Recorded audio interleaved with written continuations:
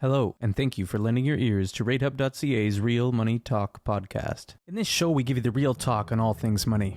We eliminate the fine print, we junk the jargon, and we explain how you can make smarter financial decisions. We're not millionaires, we're thousandaires, and we know you are too, so this show is for you. We want to talk about money because it affects everyone, rich and poor. Money shouldn't only be the occupation of the 1%, but rather the 99%. Money isn't everything, but it is everywhere. We want to educate about money through story. We Canadians ignore money, hoping if we do, like many other problems, it'll go away. Our goal is to make money an everyday discussion. Thank you for tuning in to the Real Money Talk podcast. With me is guest host Jon Vassallo, Director of Sales for Ratehub.ca and General Manager of MoneySense magazine. Hello, Jon. Hello, everyone. Our guest on the show today is Eric Dolansky. Eric received his PhD and MBA from the Richard Ivey Business School at Western University. He's now a professor at the Goodman School of Business at Brock University. His main area of research is in studying pricing and price perception, consumer estimations of value, consumer behavior, and behavioral economics. And that's why we brought him on the show today. Hello, Eric. Hello, how are you? Doing great. We always kick things off with a money mistake or a money makeup. Jon, I'm going to let you take this one first. Awesome. So I actually have a money makeup to tell. It's actually been on my mind for a while.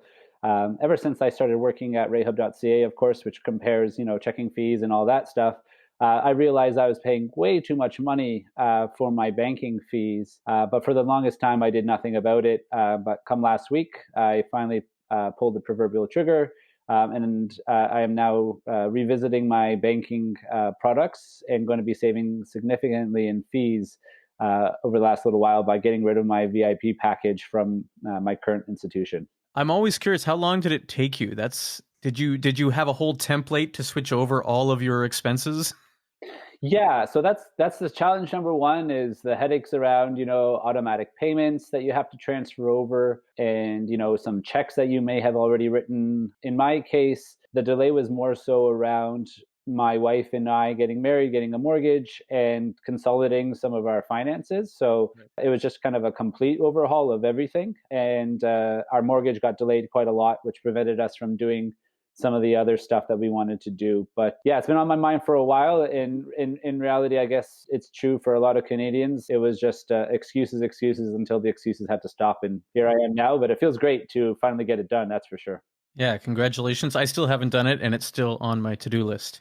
I have a bit of a money bit of a money mistake in that I ordered booze from the LCBO, and then they stopped delivering and only were delivered to a post office, which you could go pick up due to COVID. But in the meantime, we were running low on booze, so we decided to support local and spend even more on a local winery. We bought some wine from Rosehall Run and they shipped it, and LCBO got here before that, which was a 3-week delay time. And we were still waiting on this box, and we were in communication with them, and I'm calling them out on the show because they ended up sending us a little, instead of 6 bottles, they sent us an extra bottle and, a wine cleaner out of clothing, and a water bottle with their logo on it. So I was pretty happy with that one. So I'm going to call that a makeup, but it was just sort of support local in this time. How about you, Eric? Well, I have something I think I would call it a money mistake. It's not a recent decision, but it became relevant recently. When we last renegotiated our mortgage, or not renegotiated, renewed our mortgage at the end of the term, we opted for the fixed rate. Because we thought, rates are low, how low could they possibly go? Why would we need a floating rate? And so it's been on my mind a little bit lately because of course, all the changes.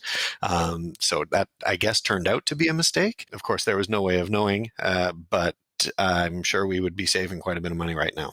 Yeah, we'll see in a few years, I guess. Yeah, Jon, did you want to kick it off? Yeah, awesome. So today we're chatting about the psychology of spending. I think it's a pretty interesting subject altogether. What drives people to spend money? What influences consumer behavior? And highly relevant, especially with what's going on right now in the world. But before we get into that, I wanted to ask you, Eric, what compelled you to focus your research on consumer psychology?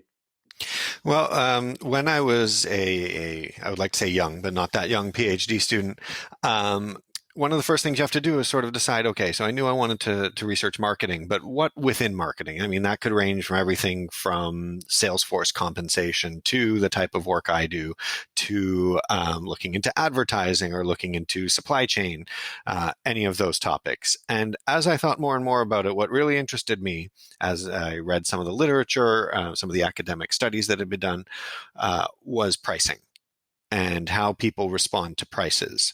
Because in the economic tradition, it's not so much true anymore, but in the economic tradition, price was sort of seen as a meeting point between supply and demand. And there's so much more to it in terms of how we respond to prices, including what the numbers look like, if they end in 99 or if they're whole numbers, to what that number represents, to what you get as opposed to surcharges. One of the first things I looked into was how we attribute price. Whose fault is it that the price is what it is?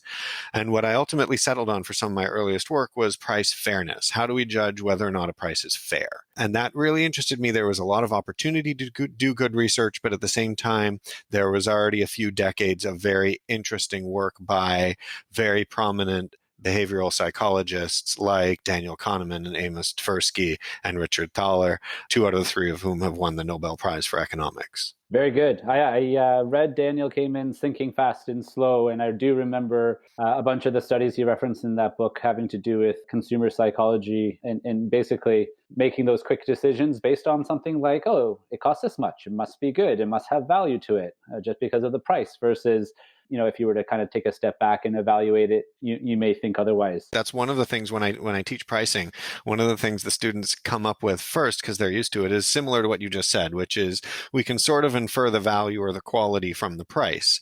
And that's something a lot of people rely on being true. And it is true under certain circumstances. Actually, as expertise increases, that sort of goes away. If you imagine you're buying a bottle of wine and you don't know very much about wine, you would definitely use the price as an indicator of how good the wine is. But if you knew a lot about wine, you probably would ignore the price for the most part and go based on the knowledge that you have of the product. Very interesting too. Another book I read, Robert Cialdini, I always forget how to pronounce his last name, Influence, Science, and Practice. And I remember a chapter specifically about wine pricing at restaurants. And basically what he was able to prove through his studies was, if you were, most restaurants, you see the price go from cheapest to more expensive. And he was able to prove that if you actually did the opposite, you went from more expensive to cheaper, you're going to increase the amount of mid-range sales you're going to do. It doesn't increase the amount of expensive wines you sell. It'll increase the amount of mid-range sales that you make. Could you kind of explain the psychology about why the simple shift of how you show the pricing of wine on a menu could influence consumer behavior, who chooses what wine? There's actually 2 things going on there. And it really, I don't know if you looked me up, because it overlaps a great deal with my own research on how we perceive prices. There are 2 effects from what are called biases. One is an anchoring effect. So if you see the list from most expensive to least expensive, the first prices you see are very high, and that forms an anchor, that forms a reference point where you're judging the other wines against that. So if you can imagine a price list from high to low, then your anchor, your reference point is very high, and the other prices, as you evaluate them, may look less expensive in comparison. We normally see it where we see a list from low to high. We're starting with a lower reference point, a lower anchor, which makes those mid-range wines seem more expensive. So that's one element. The other element is a framing effect, where we see the ends of the range. They are more or less relevant to us based on things like what order we see them in. But what we're really looking for is something that fits within our acceptable range. And that acceptable range will change from person to person based on what they can afford and how much they intend to spend and how much they value the product. But that range will inform the overall range will inform the individual's acceptable range, their reference range. And so by providing that frame, you are then influencing how they choose, whether that is the order that people see things in or the types of prices you use or how you categorize those prices. I say it overlaps with my own research because I did my thesis research on sequences of prices. So you see prices one at a time, and they may be going up steadily or they may be going down steadily. And what I was primarily looking at was how much predictability, how much volatility affects things. But what we did find was if people saw an ascending series of prices, they would not only expect the next prices to be even higher, they would be more accepting of them because they fit with your expectations. Interesting. Would that be kind of relatable to gas prices? And for the longest time, of course, now that's changed, but for the longest time, people just kind of saw them going up and up and up, and they become more accepting of the gas price increasing over time? Or is there sort of like a tipping point where they say, oh, now that's just too much. Oh, it's gone over this price. Now that's just too much. Now it's just getting ridiculous. Is there a tipping point, or? There would definitely be a tipping point. What that tipping point is unclear. I mean, we've seen incidences. I can remember, for example, when Hurricane Katrina hit, gas prices went up sharply because of all the refineries in the Gulf. The prices went up by about 50%, and you had lineups at the gas station. Now, obviously, there was more going on there. People were worried that they wouldn't be able to get gas. But what the oil and fuel companies have taught us and have learned from us is they haven't found that tipping point yet. There are a couple of other things going on there, though. One is it's a norm that gas prices change every day or sometimes more than once a day. And norms and what we're used to has a lot to do with how we view prices. We are okay with gas prices fluctuating every day. We're kind of okay with airline prices fluctuating every time you go onto the website. And that's because we're used to that. You could have similar products that we're not used to pricing in that manner, and people would be less accepting of it. The other thing that's going on with that is there's a stickiness, there's a switching cost. If gas prices get really expensive, it's not easy for me to find another way to work on short notice, depending on where I live and how I get to work. So I may have to live with those very high gas prices until the next time I buy a new car, for example. So we wouldn't see the effect right away where everyone stops buying gasoline. Instead, we would see that sort of trickle out over time, and of course complicated by other factors like competition and the price of electric cars and everything else going on. Speaking of supply and demand and competition and reacting either immediately or in the long term, what is your take on what's happening right now? What drove so many Canadians to buy so many rolls of toilet paper during this COVID crisis? Was it a fear of not being able to access the product, fear that the prices would go up? Yeah, how does the supply and demand and cultural norms impact the price somebody's willing to pay for a roll of toilet paper? I think, yes, it's fear that they won't be able to have it or they won't be able to afford it. What was most striking to me is learning that apparently so many Canadians have such a small supply of toilet paper in their house that they don't think they could go a couple weeks without running out and buying some.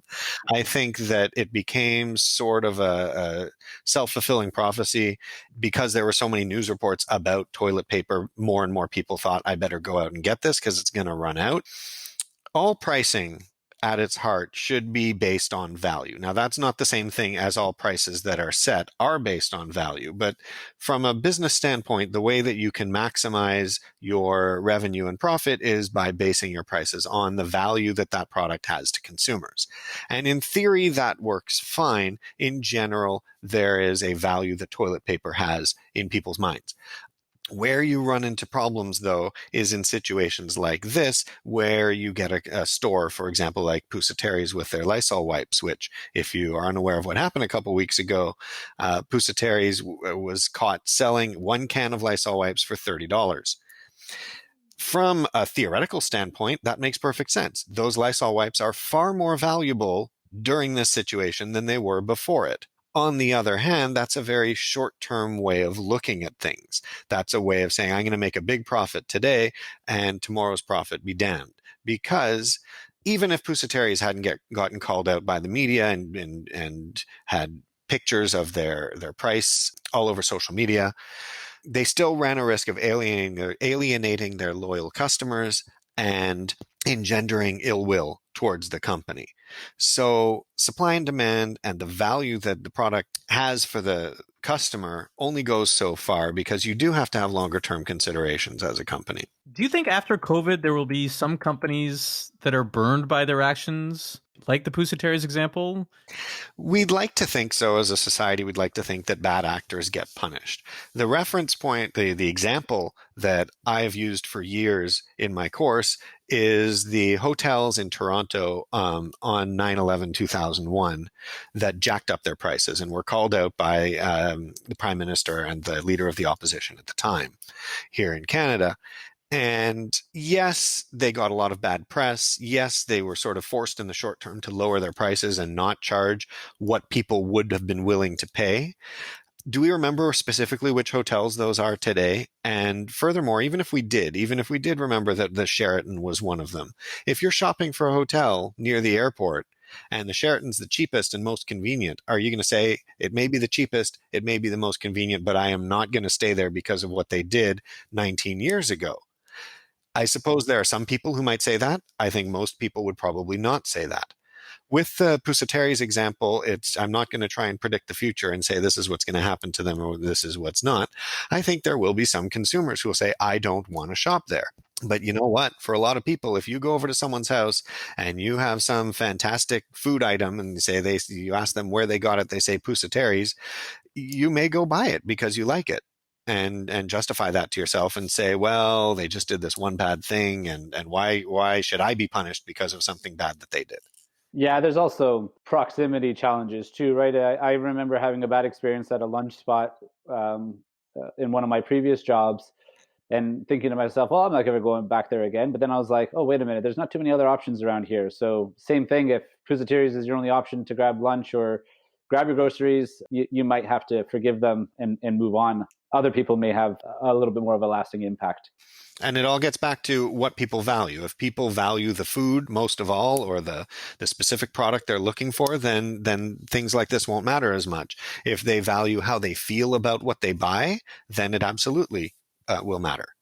Absolutely, yeah. Do you think, what kind of impact do you think COVID and what we're going through right now is going to have on Canadian consumer behavior? I mean, what impact has it had right now? We talked about a couple of things: people willing to pay $29.99 or $30 for Lysol wipes, people hoarding toilet paper, and so forth. Anything else that you've noticed that you want to share? And also, like, what are the long lasting impacts of COVID-19 on consumer behavior?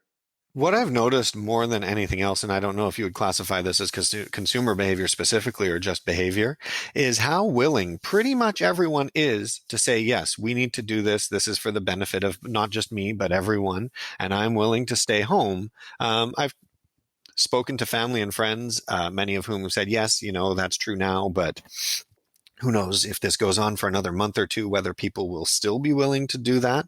But if you had said a few months ago, you know what, we may be in a situation where the government's going to have to tell everyone to stay home. They're going to shut down all the businesses, and it's going to be like what they did in Wuhan, China, or, this situation that you wouldn't necessarily expect in Canada. I think a lot of people would say that would never work. And the fact that it worked, and the fact that we're all, for the most part, cooperating, a few complainers on social media aside, really says a lot about our expectations. In terms of what's going to happen afterwards, I said before, I'm sort of loath to predict the future. I think that in the short term, it will definitely be on everyone's mind. People may keep a bigger stock of products at home. You may see sales of, whether it's, pantries or bigger freezers, or the ability to hoard a little bit. I think that people will look at, what if this happens again? What would I need? But like everything else, no matter how big in our lives, it will fade with time. And if it comes down to it, whether it's saving, for example, what if this happens again and I lose my job? I should have more money in savings because the government may not be able to provide me with assistance then. I think that may affect people's behavior in the short term, but within a few months or a few years, depending on the person, you'll see people say, yeah, I should save, but I really want that thing, or I want to get a new car, or I'm ready to buy a house. I'm sure that I managed last time. I'm sure I'll be able to manage this next time. Interesting.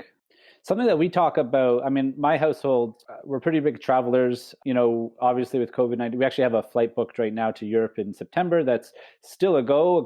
We haven't canceled it. The airline hasn't canceled it or anything. We're anticipating that happening for sure. But just thinking beyond that, when do you think Canadians or consumers in general are going to be ready and willing to spend money on travel again soon? How long will that take for that industry in particular to pick up?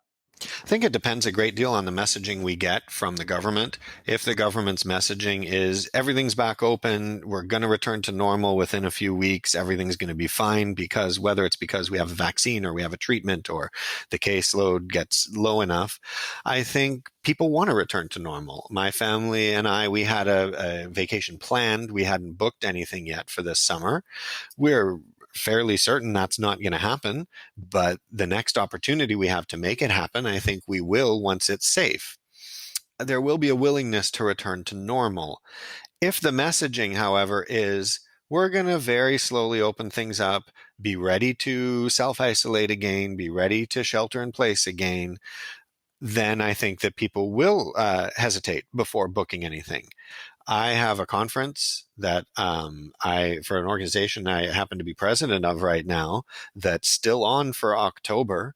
It's in the States. I am nearing 100% certainty that I'm not going to be able to go. If I can go, I would definitely want to. And if the information that's available at the time says it's safe, I would probably use that as a reason to go. Mm-hmm. Yeah, it's interesting. I'm definitely on the boat of if the government or officials say it's safe, I'm going to travel as soon as I get the opportunity. I think then there's people like my wife, frankly, who are like, well, why don't we wait a little bit? Who knows if this will come back or what have you. So it's interesting to see the degrees, and I guess that really boils down to whether you're a traveler yourself or not, and risk taking levels of risk that you're willing to take and so forth. I don't want to hijack and make this conversation all about COVID, even though there's some really fascinating things happening.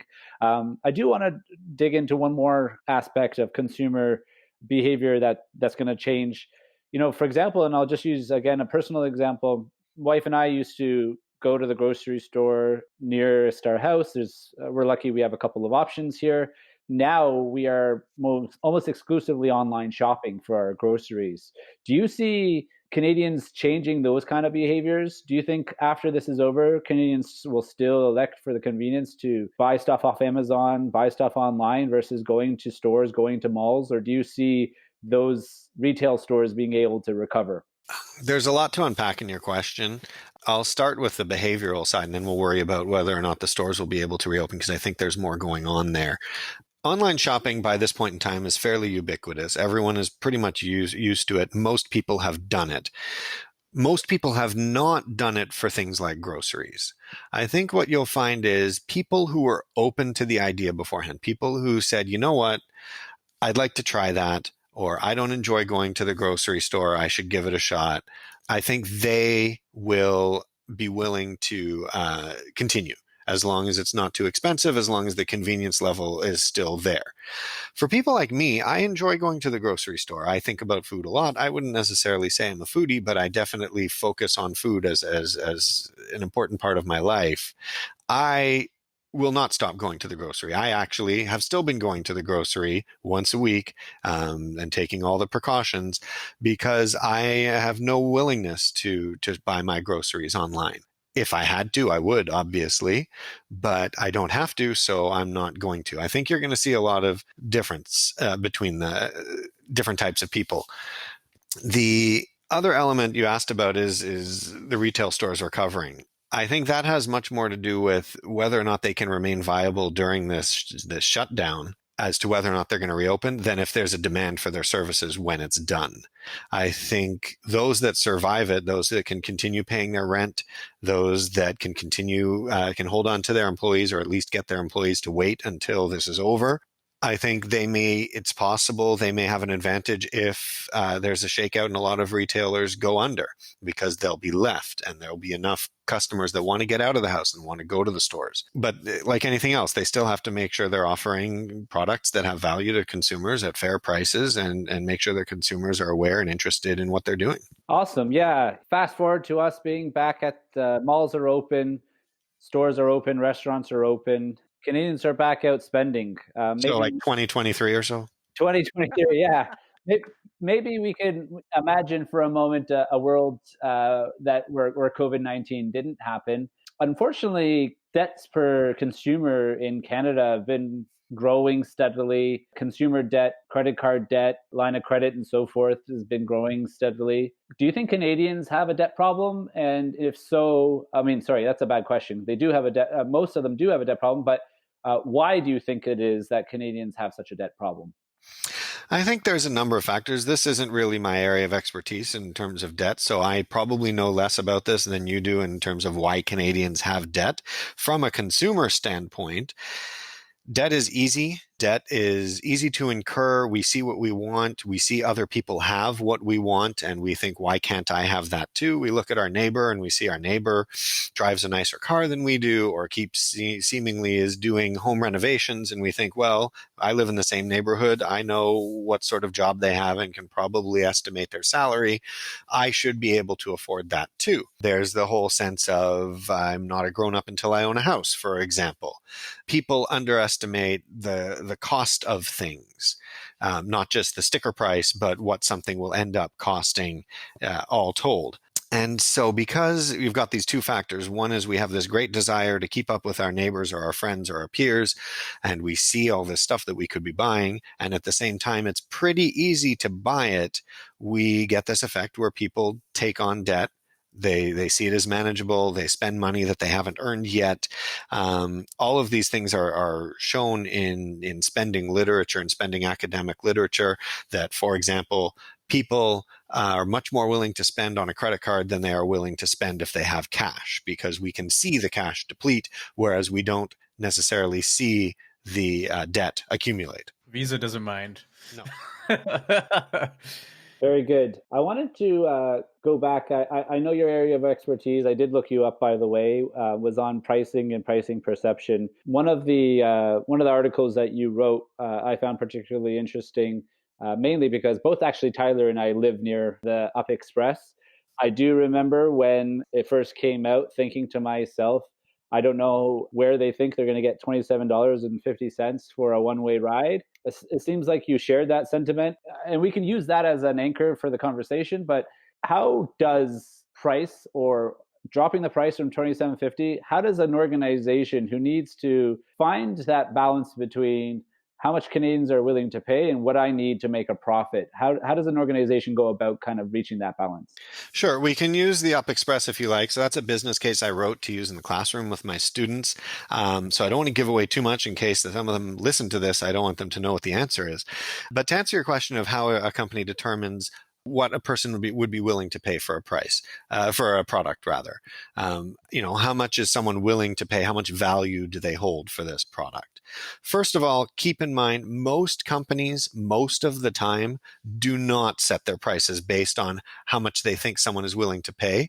Most companies, most of the time, set their prices based on what it costs them to deliver that service or to acquire that product. So if you go to a hardware store and you buy a hammer, no one in an office sat down and said, really, let me figure out how much a customer would value this hammer. More likely, almost certainly, they said, it cost us $2 to acquire this hammer from our distributor, so we want to make 100% markup on this product, so we're going to sell this hammer for $4. So that's the first part. For those companies that do look at how much this is worth, there's a process called value to consumer analysis, VTC, value to consumer. And what you do to conduct a value to consumer analysis is first you take your product and you look at, well, what is the closest comparable product in the eyes of the consumer? So if we look at the Up Express, what would a person do to get to the airport from downtown Toronto if they didn't use the Up Express? What are some ways you guys can think of? TTC to Kipling, and then there's the airport bus. Sure, there's that. An Uber. So we can pay $3.25 and take the TTC the whole way. That's going to take me about an hour and 20 minutes. I have to change lines. I have to change from a subway to a bus. There's a lot of hassle. Is there an easier way I can do this? Taxi. Taxi. I can take a taxi. How much is a taxi to the airport? It's $55 from at the time anyway. It was $55. So I can pay $55 to take a taxi, or I can take the Up Express. So the first step is finding that comparable price point.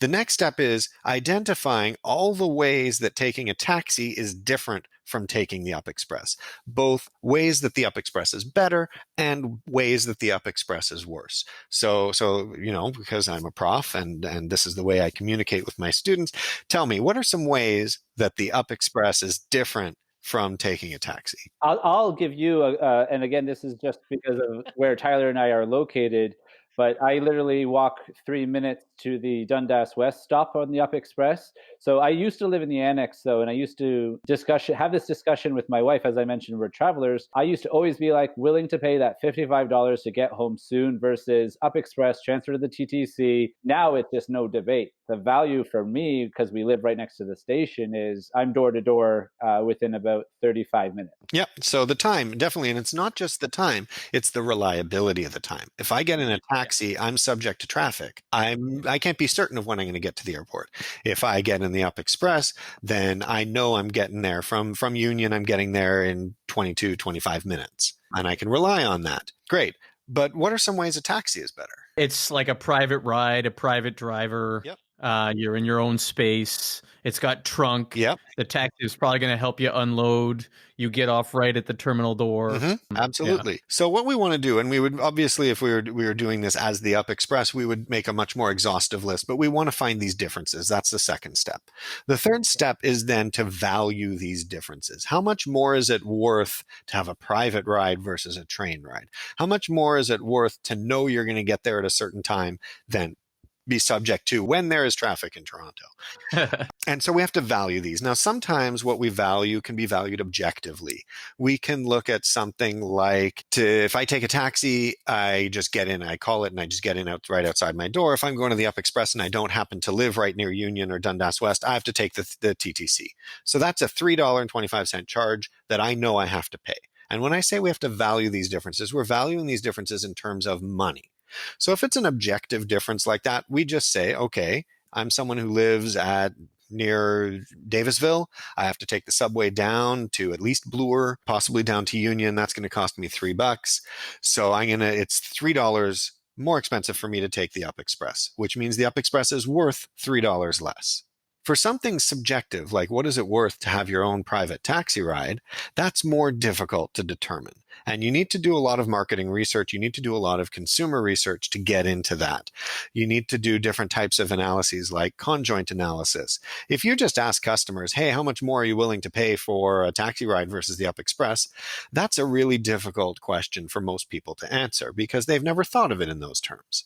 But if you say you could take a taxi ride for $20 more or the Up Express for this price, people can answer that more easily. So there's ways of doing this research, ways of doing these analyses to tease out those differences. If your job was setting the price for the Up Express, you should be doing this market research. If you are a student in my pricing class, then I don't expect that necessarily, but I do expect, you think about it and you think, okay, what might it be worth? So the third step is placing a value on all of these. If we're the Up Express, then every way the Up Express is better, you're putting a positive value. Every way the Up Express is worse, you're putting a negative value. And so then what you do is, for the fourth step, you add all of these up. So we started with a $55 cab ride. We have some ways that the Up Express is better, so we added to that $55. We have some ways that the Up Express is worse, so we subtracted from that $55, and we end up with a number. And that number, if we've done everything appropriately, represents the value that the Up Express has for the consumer. So did the Up Express do this? Not at all. Right? Yeah, okay. As I said, I don't want to give away too much, but essentially, if you do the math, they have a $70 million annual operating cost for the Up Express. And they had a whole bunch of, if you looked at the case I wrote, you see they have a whole bunch of reports from consultants that try out different prices. What they were trying to do is say, as the price increases, we expect fewer riders. We expect there to be some price elasticity of demand. We expect that as prices go up, demand goes down. So what we want to find is the sweet spot where the price times the number of people who would go at that price covers our costs. Go ahead. Sorry, this sort of infuriates me a little bit because was it not publicly funded too, the Up Express? It's a Metrolinx project. Right. But it had, it cost the province $450 odd million to build, but there's a $70 million annual operating cost. So what they were trying to Right. do was cover that cost with the fares. And what they did was they found consultants, and I'm not saying anyone did anything right or wrong, but they found a group of consultants who told them, if you charge around $30, you'll get this many riders, and that will cover the $70 million. The flaw in that thinking is they don't know for certain, essentially, that it's true.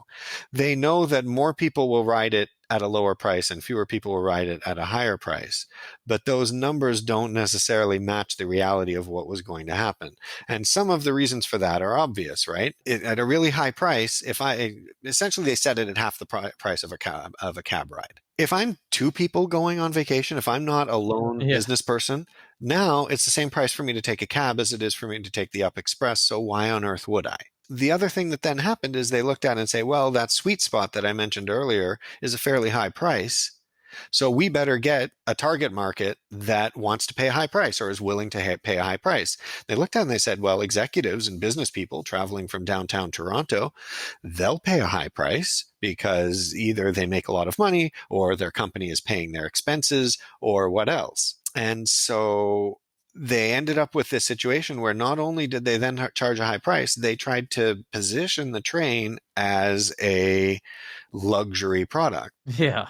If I'm a high-powered business person and I need to get to the airport, I'll take a limo. Mm-hmm. Yes. Especially if my company is paying for it. Yes. Absolutely. So there was a disconnect between the sort of internal analysis around what we should charge and the reality of the market, is what I found. The most infuriating thing for me is, like, it's the Dundas West Station is across the street from the TTC. And then it's also the GO train runs through there. It's the Kitchener line of the GO train. And each of these are public commuter trains now at charging different rates and different fares between the same locations. Yes. And it used to be that the Up was fancy and like, oh yeah, you can get free Wi-Fi and everything's great. The Wi-Fi doesn't even work anymore because there's so many people riding on it. And it's jam-packed. Yeah. They, at the time, based on the news articles at the time, making it a commuter train was the last thing they wanted to do. This was supposed to be a high-profile project, and they didn't want it to become yet another commuter train, especially one that mostly, as you mentioned, shared a line with the TTC and the Kitchener GO line. But if you look at value between the Up Express and the Kitchener GO line, the Kitchener GO line doesn't quite get you to the airport. It gets you close. Malton Station is close, but that little extra bit you would have to go in a cab or on a bus is all the difference. And so should people apply this to, like, when they're buying clothes or when they're spending at restaurants, should they apply this same sort of pricing behavior to determine value then? Well, the determining of value I'm talking about is on the side of the business. Any consumer, by default, when they buy something, is doing this. They're looking at, I have to hand over this much money and I get this in return. So you are making a value judgment. That value might go far beyond the product itself. So as an example, back when we used to go to the movie theater, you could go and you could get your popcorn and your drink, and you'd look at it and you'd say, that's fairly expensive for popcorn and drink, but I'm used to it. We have norms that at the movie theater it's more expensive, et cetera, et cetera. So you go up and you say, I want a regular popcorn, I want a regular drink. And the person behind the counter, they'll say, well, do you want to upsize to a large? Rationally, if you had wanted a large all along, you would have asked for a large. But there may be factors that would cause you to say yes, though, even though that isn't what you initially wanted. Factors like you could be with friends or with a significant other, and you're thinking, I don't want to look cheap, or I want to be able to share. Factors like, you know what, it's only 50 cents to upsize. Now I'm a smart shopper. I'm getting value from the fact that I'm getting a deal, even though now I'm spending more to get something I didn't necessarily want at the beginning. Maybe the popcorn comes in a fancy tub and you think, oh, I want that kicking around my apartment for a few months before I decide it's stupid and throw it away. That can have something to do with it. The mistake that we make as consumers is when we plan for our purchases and we will look back on our purchases, oftentimes we like to think of ourselves as rational actors, as I am making a rational, sensible decision exchanging this much money for this specific benefit. I am buying this sweater because it keeps me warm. There's nothing wrong with saying, I'm buying this sweater because I happen to like the color, or I something about the design or the logo on it or whatever else. But we try and justify our purchases and saying this is a sensible purchase most of the time. Okay, we are going to jump into rapid fire questions, if that's all right with you. That's great. Our first question, what is in your wallet? My wallet, credit cards, driver's license, Costco card, and a few points cards. What book do you think everyone should read? Everyone should read. That's a big question. It'd be easier if you just ask what book I'm reading now. What book everyone should read? I'm going to say... I'm going to go with my initial thought. A book called Fooled by Randomness by Nicholas Nassim Taleb. I don't agree necessarily with his current politics and everything he's saying, but that book definitely gives you a very interesting insight into how the world works. Great. And just to follow up, what are you reading right now? Right now, I'm reading a book called Nixonland. It's about the 1960s in the U.S. and the beginnings of this sort of very divisive, very partisan political landscape you're seeing there now. What's your favorite movie and why? I hate picking favorites. My favorite movie, and why it's going to sound cliched, my favorite movie is The Godfather.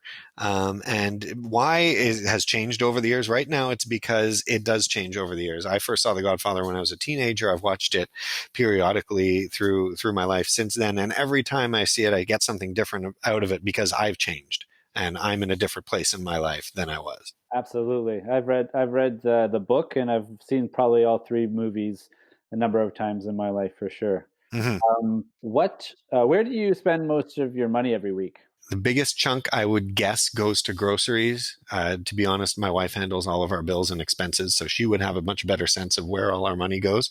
But I would say it's probably the grocery store gets the biggest chunk of our money. If you had one tweet, 280 characters that everyone in the world was going to read, what would it say? I don't even need 280 characters. This too shall pass. Yeah. Very good one. Very good one. It's relevant. Yeah, definitely relevant. So what's your number? What do you need to live comfortably and be independently wealthy in your terms? I'd say probably $15-20 million before I would say I'm giving up everything. I'm just going to live off that. That was a lot easier than I was expecting it to be. Okay, I gotta, we'll see if you can pick this one up, but what would you do if you won $48,402? I would question why it was that exact amount of money. 48. Well, on our... I think $46,402 plus a $2,000 bonus. $46,402 plus a $200 bonus. $2,000 bonus. We basically... Oh, yes. I know. Okay, got it. Yeah. I would use it to prepare for the arrival of my son, who was born around that time. Okay. Oh, and Tyler or Eric, one of you have... The listeners are going to be dying to know what we were referencing there. Eric, do you want to share with our listeners some of the research that Tyler and I were found on you? Is not just your excerpt on the UP Express pricing comparison debacle? Sure. Yes, I am a former Jeopardy champion. Back in 2006, I was on 3 episodes of Jeopardy. I won 2 of them, and then the third one, unfortunately, I lost, so I had to leave. It was a great experience. I won $48,402 over the 3 days. It was a lot of fun. I really enjoyed it. That is so cool. That is so very cool. I'm definitely telling my wife when this is over. I spoke to a Jeopardy champ today. Yeah. Last question. What is the most expensive thing you ever bought, not including your house and your car? My MBA. Yeah. Great answer. The PhD was cheaper? The PhD was cheaper. Actually, PhD students get subsidized for a big part of the tuition. Okay.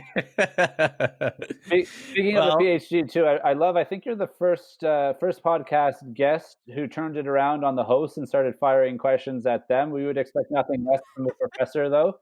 So I appreciate the time, Eric, and appreciate that you did that as well. It was a lot of fun. Thank you for having me. if you wanted anybody to be able to reach out to you, or where can people reach out to you if they have more questions? Sure. Or where should they find you? So, I mean, my email's on the web, on Brock's website. It's Dolansky, EDOLANSKY at Brock.ca. I'm also on Twitter. My handle is @uncertainprof. And then, of course, they can sign up for one of your classes too. Absolutely. I mean, I'm not teaching again till the fall, but all signs are indicating that I'm going to be teaching online. So that might open it up to a lot more people taking my class. Yeah, I'm sure it'll be relevant to many. Mm-hmm. Well, thank you very much. Thank you. Thanks, Eric. And now it's time to take the withdrawal from the knowledge bank. How to get cheap car insurance. Not all car insurance is created equal. Premiums can vary by company, by car, by location, and by drivers. It's best to shop around to find your best rate. Here's a bunch of ideas on how you can save on car insurance. Number 1. Choose the right car. Some cars are cheaper to insure than others. If a car is in fewer accidents, offers more safety features, is stolen less, it'll be cheaper to insure. Here's a weird fact. Minivans are generally cheaper to insure than most four-door sedans because of who drives them. Minivan drivers are usually parents with kids who are more cautious drivers than, say, young drivers who bought a compact sedan because it was cheap. Statistically, young drivers get in more accidents, which is why a cheap compact could be more to insure than a minivan. Number 2. Know what coverage you need. There are mandated minimums to any policy, but you can still customize the policy to your needs. If you're driving an older car, you might consider dropping collision and comprehensive coverage from your policy and put that money to buying a new car. You might also consider increasing your deductible, the portion of a claim you pay before your insurer pays the rest. Increasing your deductible signals to your provider that you won't be making small claims and they'll reward you for it. Number 3. Consider usage-based insurance. Car insurance rates are based on stereotypes and statistics. If you feel you're a better driver than your demographic, many insurers now have apps that track your driving. How far you drive, how hard you brake, how fast you accelerate, and how you handle turns can all be sent to your insurer to get a more personalized rate for you. Number 4. Bundle. Got home or tenants insurance? Drive more than one car? If you have multiple policies with one insurer, they'll often give you a discount. Number 5. Ask for discounts. The squeaky wheel gets the grease. Many insurers offer discounts to university alumni or for union members. Ask and see if you qualify. Number 6. Drive safe, stay loyal. A long history of accident-free driving will yield cheaper insurance rates. Number 7. Get the right gear. Winter tires and immobilizers means fewer accidents and thefts. Insurance companies like that. Number 8. Take a course. An educated driver is a safer driver, and you'll be rewarded for it. Number 9. Shop around. Don't let your policy auto-renew. Shop around to make sure you're paying the best price. You can compare car insurance quotes on Ratehub.ca in about 5 minutes for free. Auto insurance providers use different calculations to deliver rates. No one insurer will charge you the same price. Follow those tips to get cheaper car insurance. Happy shopping!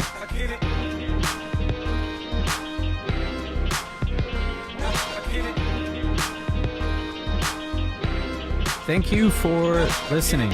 Thank you to Beat Chemist for providing us with our music. Find him on SoundCloud. I want to sincerely thank you for taking the time out of your own day and investing it in yourself to get smarter about money. Head over to Ratehub.ca to learn more about making smarter financial decisions. If you want to thank us, please leave a review on Apple Podcast and follow us on Spotify. Thank you for listening. Let's help Canadians choose better with their finances. The views expressed by guests are their own, and their appearance on the program does not imply an endorsement of them or any entity they represent. The views and opinions expressed by Ratehub employees are those of the employees and do not necessarily reflect the views of Ratehub Inc. or any of its sponsors or officials. This is for general use. We're not certified or licensed advisors. Yeah, we just don't want to get sued.